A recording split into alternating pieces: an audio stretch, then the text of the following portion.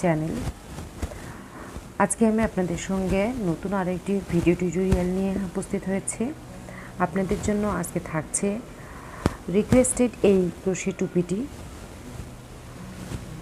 যেটা মেসেজ আকারে আপনারা আমাকে জানিয়েছেন, কমেন্টসের মাধ্যমে জানিয়েছেন আপনাদের এই টিউটোরিয়ালটি চাই।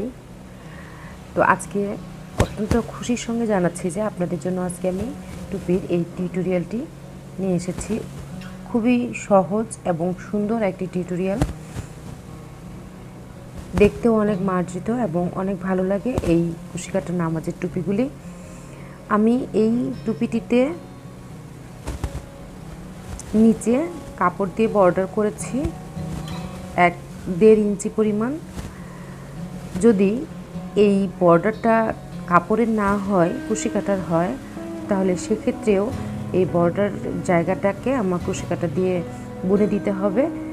এখানে আমি যে উপরের পার্টটা আছে সেই পার্টটা অত্যন্ত লুজ আকারে করেছি, আর তালুর অংশটার পরে যে অংশটা সেটা, কারণ এই যে এখানে কাপড় দিয়ে যে বর্ডারটা করা, সেই বর্ডারটা একটা ফিক্সড মাপ অনুযায়ী করা।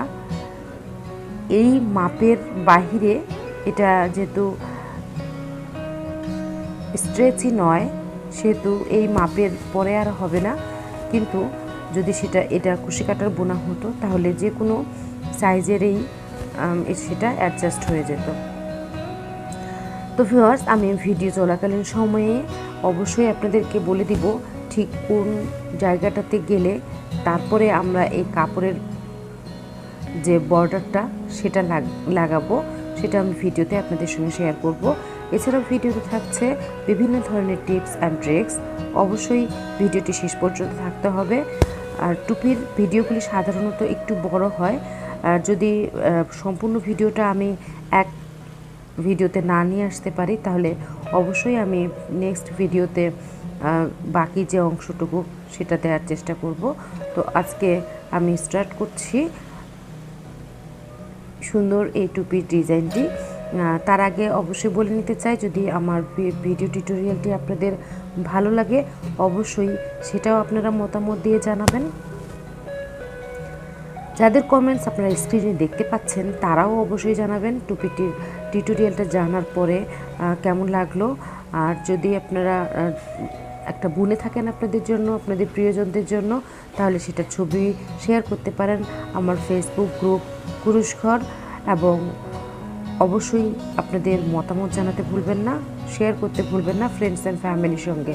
ভিডিওটি ভালো লেগে থাকলে এরকম অনেক টুপি টিউটোরিয়াল এবং অন্যান্য টিউটোরিয়ালগুলি আমার চ্যানেলে আছে। অবশ্যই সেই নতুন আপডেট যে ইনফরমেশনগুলি, নোটিফিকেশনগুলি, সেগুলি পাওয়ার জন্য আমার চ্যানেলটি সাবস্ক্রাইব করে দিন এবং পাশে থাকা বেল বাটনটি অন করে দিন। খুব সহজেই আপনারা আমার আপডেট নোটিফিকেশনগুলি আপনারা পেয়ে যাবেন। তো চলুন শুরু করা যাক আমাদের আজকের টিউটোরিয়াল। আজকের টিউটোরিয়ালটি করার জন্য আমি এখানে 9 তার সুতা নিয়েছি এবং সঙ্গে নিয়েছি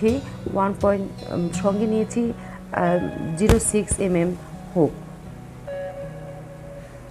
এই 3 তার সুতাগুলি আপনারা কুশি কাটার নামাজের টুপির জন্য ব্যবহার করতে পারেন যদি এই ধরনের বুনন হয়ে থাকে।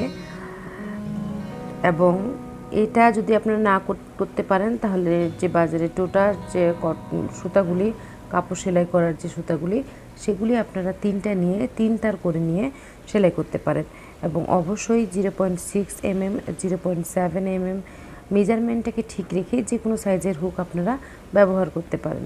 এবং আজকের এই টিউটোরিয়ালের জন্য আমি ব্যবহার করেছি একটি হুক, ব্যবহার করেছি একটি মার্কার এবং একটি সেসর।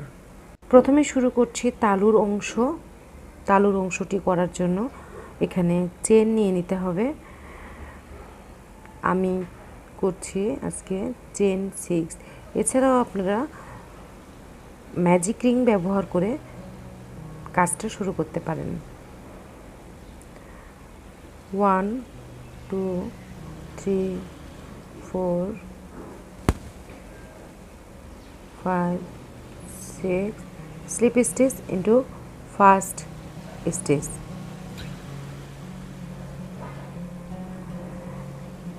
এবার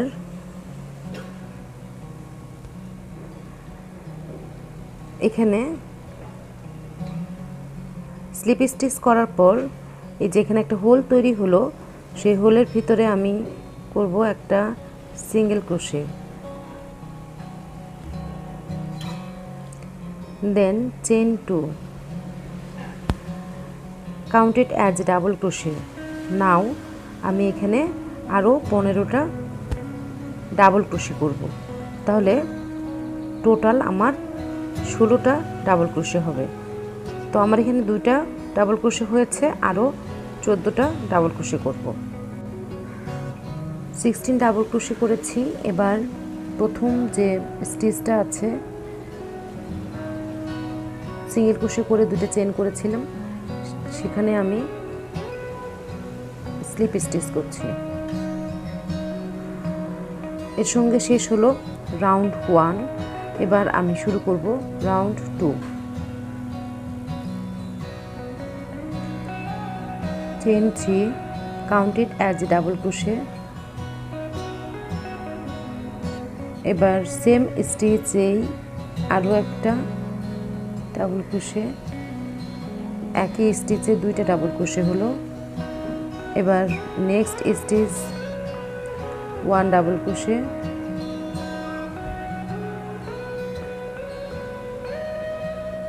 সেম স্টিচেই 1 ডাবল ক্রোশে। এই রাউন্ডে প্রতিটা স্টিচে 2টা করে ডাবল ক্রোশে হবে। মোট 16 2 32টা double crochet, total 32 double crochet করেছি আমি দ্বিতীয় রাউন্ডে। স্লিপ স্টিচ করছি 3 number চেনটাতে।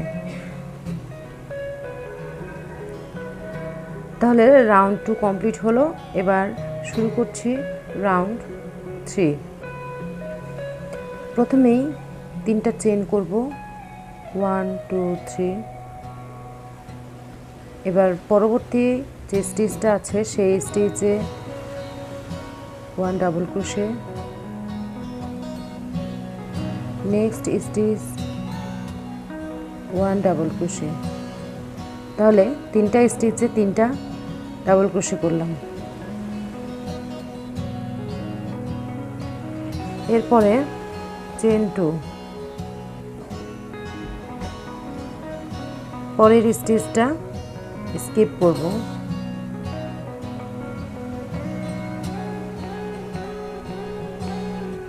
Next stitch 1 double crochet, next stitch 2 double crochet, 1 1 করে।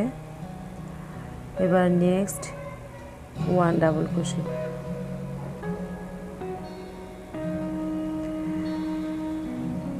চেন 2। এবার পরের স্টিচটা স্কিপ করে তারপরের 3টা স্টিচে 3টা ডাবল ক্রোশে, একটা স্কিপ, 3টা স্টিচে 3টা ডাবল ক্রোশে। এইভাবে করে এই রাউন্ডটা কমপ্লিট করতে হবে। রাউন্ডের শেষে এসেছি। এবার যেটা করতে হবে, আমি সরাসরি ডাবল ক্রোশে দিয়ে এখানে যে 3 নাম্বার স্টিচটা আছে সেই 3 নাম্বার স্টিচের উপরে একটা ডাবল ক্রোশে করব।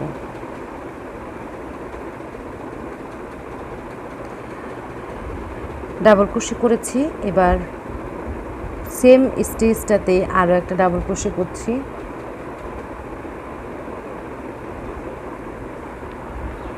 নেক্সট স্টিচে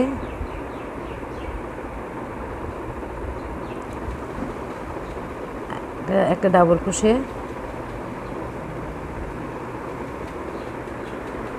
নেক্সট স্টিচে 1 and 2। আমার এখানে মোট 5টা ডাবল ক্রোশে হলো এবং সেই সঙ্গে নিচের যে রোটা আছে সেই রাউন্ডে আমি স্টিচ মার্ক দিয়ে মার্ক করে রাখলাম এই সেকেন্ড রাউন্ড থেকে। তাহলে এখানে আমার 5টা ডাবল ক্রোশে হলো। প্রথম এবং শেষের যে স্টিচটা আছে এই দুইটা স্টিচে আমি ইনক্রিজ করেছি, একটা স্টিচে দুইটা স্টিচ করেছি, দুইটা ডাবল ক্রোশে করেছি এবং মাঝের যে স্টিচটা আছে সেটাতে একটা ডাবল ক্রোশে করেছি। বিগিনার্স বন্ধুদের জন্য আমি আরও একবার এই পরের আরও একটা সেগমেন্ট আমি দেখিয়ে দিচ্ছি। তো এবার এখানে করতে হবে চেন টু, নেক্সট 3 স্টিচ আছে, 3 স্টিচের উপরে প্রথম ডিসির উপরে আমি দুইটা ডাবল ক্রোশে করব, 1 and 2, সেকেন্ড যে ডাবল ক্রোশেটা আছে সেটার উপরে একটা ডাবল ক্রোশে এবং থার্ড যে স্টিচটা আছে সেটার উপরে আমি করব দুইটা ডাবল ক্রোশে।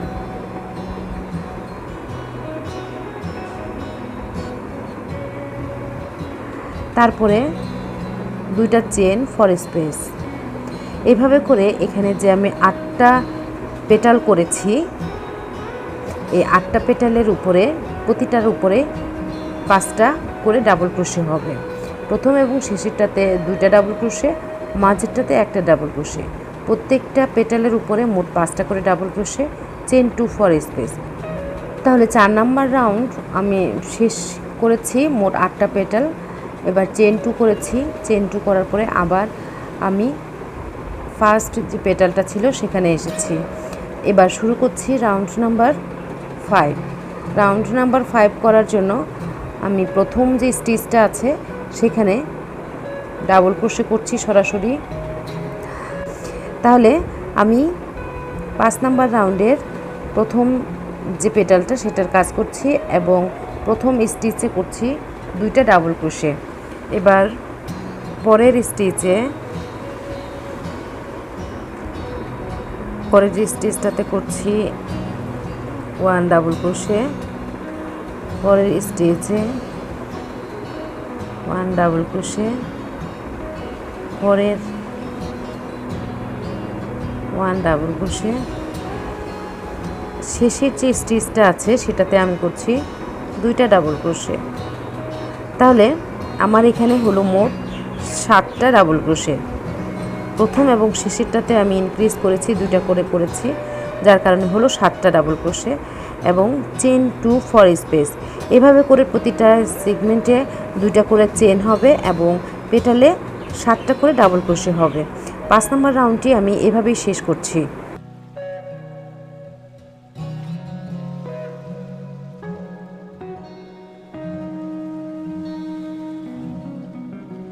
লাস্ট স্টিচটাতে 2 ডিসি,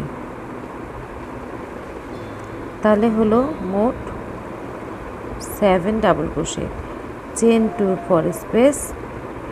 এবার আবার 5 নম্বর রাউন্ডটা শেষ। এবার আমি 6 নম্বর রাউন্ডের কাজ করব। 6 নম্বর রাউন্ডের জন্য প্রথম স্টিচটাতে আমি দুইটা ডাবল ক্রোশে করছি, 1 2, নেক্সট স্টিচে 1 ডাবল ক্রোশে, 3, নেক্সট স্টিচে 1 ডাবল ক্রোশে। এভাবে করে শেষটার আগ পর্যন্ত একটা একটা করে ডাবল ক্রোশে করব। শেষের যে স্টিচটা আছে সেই স্টিচটাতে দুইটা ডাবল ক্রোশে করব,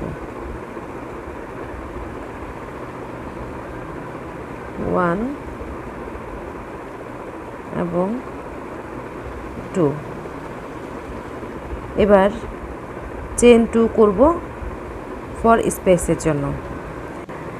6 নম্বর রাউন্ডে আমার প্রতিটা পেটালের উপরে মোট 9টা করে 7, 8, 9 এখানে 9টা ডাবল ক্রোশে হয়েছে। প্রথম স্টিচ এবং শেষের স্টিচটাতে বাড়িয়েছি একটা করে, মানে ইনক্রিজ করেছি, এজন্য এখানে হয়েছে মোট 9টা ডাবল ক্রোশে।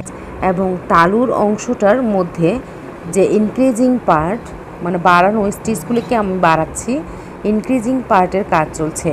এভাবে করে আমার পরের রাউন্ডে যখন যাব তখন আবার প্রথম এবং শেষের যে স্টিচটা আছে সেখানে আমি ইনক্রিজ করব।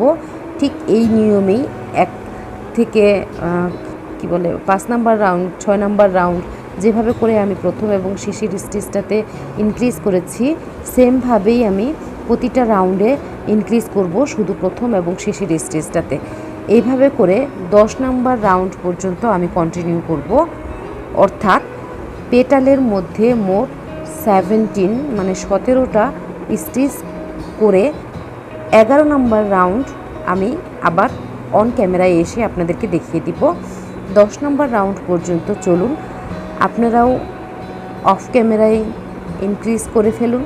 আমিও 10 নাম্বার রাউন্ড পর্যন্ত অর্থাৎ 17টা ডাবল ক্রোশে হওয়া পর্যন্ত আমি অফ ক্যামেরায় কাজটা করে রাউন্ড নাম্বার 11-এ এসে মিট করছি। নাম্বার 10 শেষ করার পর এবার শুরু করব রাউন্ড নাম্বার 11। রাউন্ড নাম্বার 10 পর্যন্ত ছিল ইনক্রিজিং পার্ট, মানে আমরা প্রথম থেকে 10 নাম্বার রাউন্ড পর্যন্ত শুধু ইনক্রিজ করেছি। 10 নাম্বার রাউন্ডটাতে আমি ইনক্রিজ করার সঙ্গে সঙ্গে এখানে 17টা ডাবল ক্রোশে হয়েছে, এখানে 17 ডাবল ক্রোশে হয়েছে, সেই সঙ্গে এখানে চেন 5-এর একটা গ্যাপ স্টার্ট করেছি। এখানে চেন 2-এর গ্যাপ ছিল, এখানে চেন 5-এর গ্যাপ করেছি। তো এইভাবে করে এই রাউন্ডটা শেষ করে এবার আমরা রাউন্ড নাম্বার 11 শুরু করব ডিক্রিজিং দিয়ে। তো প্রথম স্টার্ট করছি, প্রথম যে স্টিচটা আছে এখানে প্রথম স্টিচে 2টা স্টিচ ছিল, 2টা ডাবল ক্রোশে ছিল, একটা ইনক্রিজ ডাবল ক্রোশে আর একটা নর্মাল ডিসি টু ডিসি ছিল। প্রথম ডাবল ক্রোশেটাকে আমরা স্কিপ করে দ্বিতীয় যে স্টিচটা আছে মানে ডাবল ক্রোশে স্টিচটা সেটাকে আমরা সেটার উপরে একটা ডাবল ক্রোশে করছি, চেন 5-এর গ্যাপ। এরপর প্রতিটাতেই একটা একটা করে ডাবল ক্রোশে করব একদম শেষ পর্যন্ত।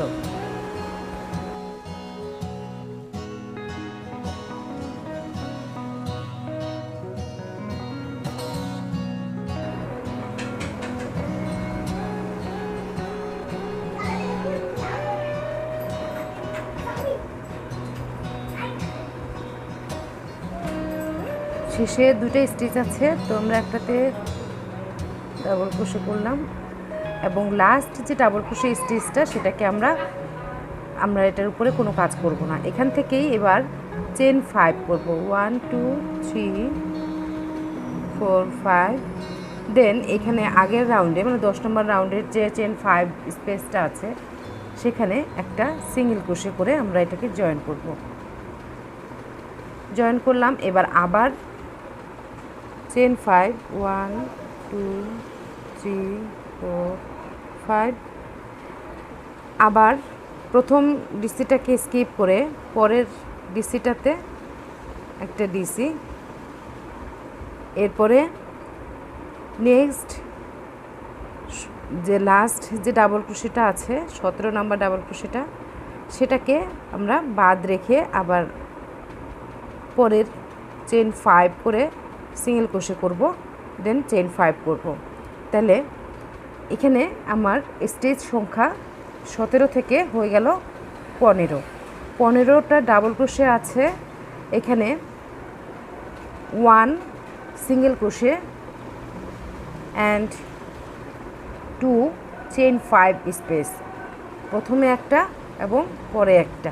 এইভাবে করে পুরো রাউন্ডের বাকি যে 7 পেটাল আছে এই পেটালগুলোতেও সেমভাবে কাজ করে শেষ করতে হবে। তালুর অংশে 2টা পার্ট থাকে, একটা হলো ইনক্রিজিং পার্ট এবং একটা হলো ডিক্রিজিং পার্ট। ইনক্রিজিং যে পার্টটা সেই ইনক্রিজিং পার্টটার এপাশ থেকে এপাশ পর্যন্ত অপোজিট পর্যন্ত যে মাপটা হতে হয় সেই মাপটা হতে হবে 3 ইঞ্চি, সেই মাপটা হতে হবে 3 ইঞ্চি। তো এখানে আমার 3 ইঞ্চিস হয়েছে এই মাপটা। এবার ডিক্রিজিং পার্টের যে কাজটা করছি সেই ডিক্রিজিং পার্টটা ইনক্রিজিং পার্ট ঠিক যতটুকু ডিক্রিজিং পার্টটাও ঠিক ততটুকু হয়। তো দুইটা মিলে আমার হতে হবে 6 ইঞ্চি। তো আমরা এবার ডিক্রিজিং পার্টের কাজটা শুরু করেছি 11 নম্বর রাউন্ড থেকে। তো এইভাবে করে 11 নম্বর রাউন্ডটা শেষ করব।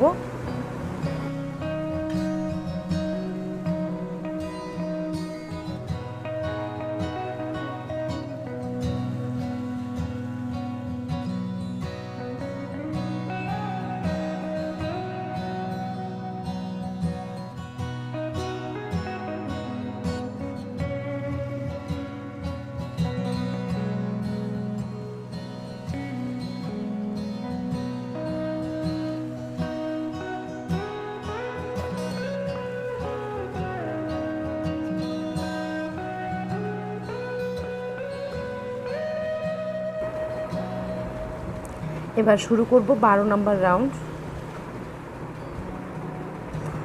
12 নম্বর রাউন্ডের জন্য সেমভাবে আমরা যেরকম করে 11 নম্বর রাউন্ড করেছি একইভাবে এখানে আমরা প্রথমবারে 17টা থেকে হলো আমার 15টা। এবার আবার প্রথম স্টিচটাকে আমরা স্কিপ করব এবং দ্বিতীয় স্টিচ থেকে কাজ শুরু করব। তো 11 নম্বর শেষ করে 12 নম্বর রাউন্ডের কাজ শুরু করেছি।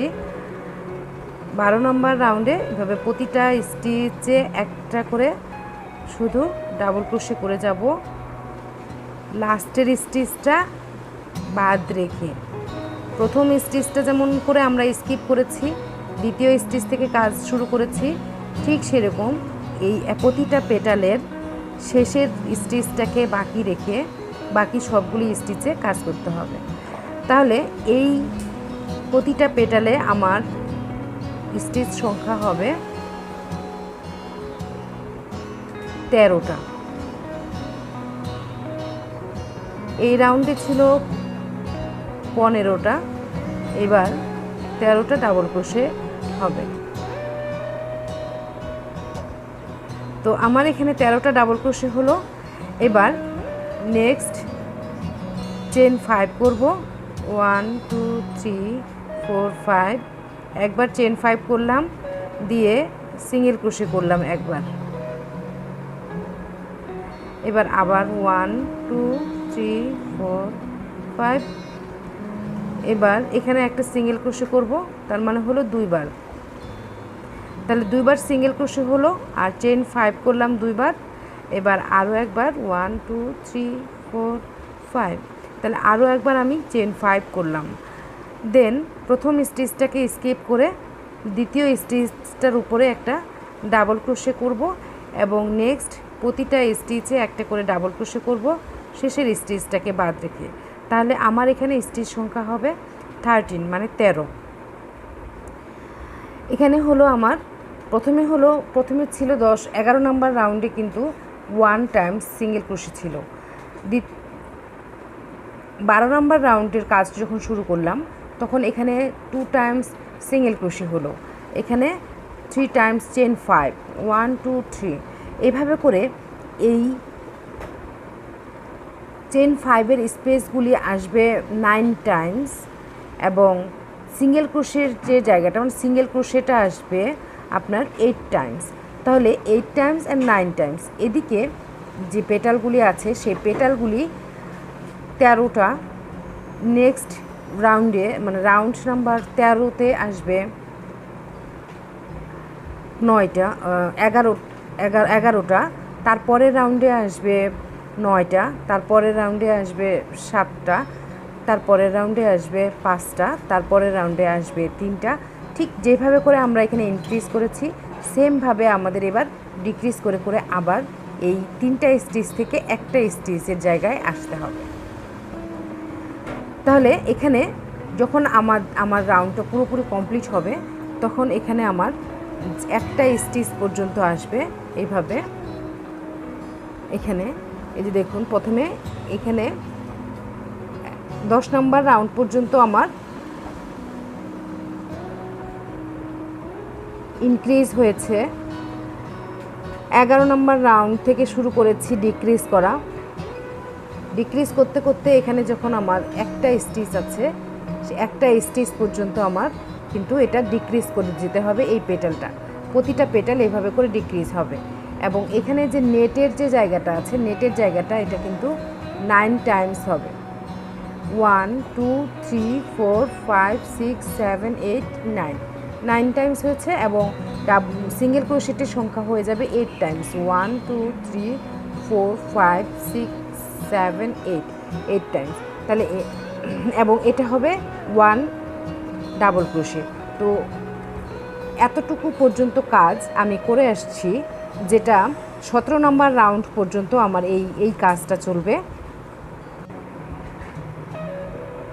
পরের রাউন্ডটা ঠিক কীভাবে করতে হবে এবং এই ডিজাইনটা আপনাদেরকে আমি প্যাটার্নটা বলে দেব।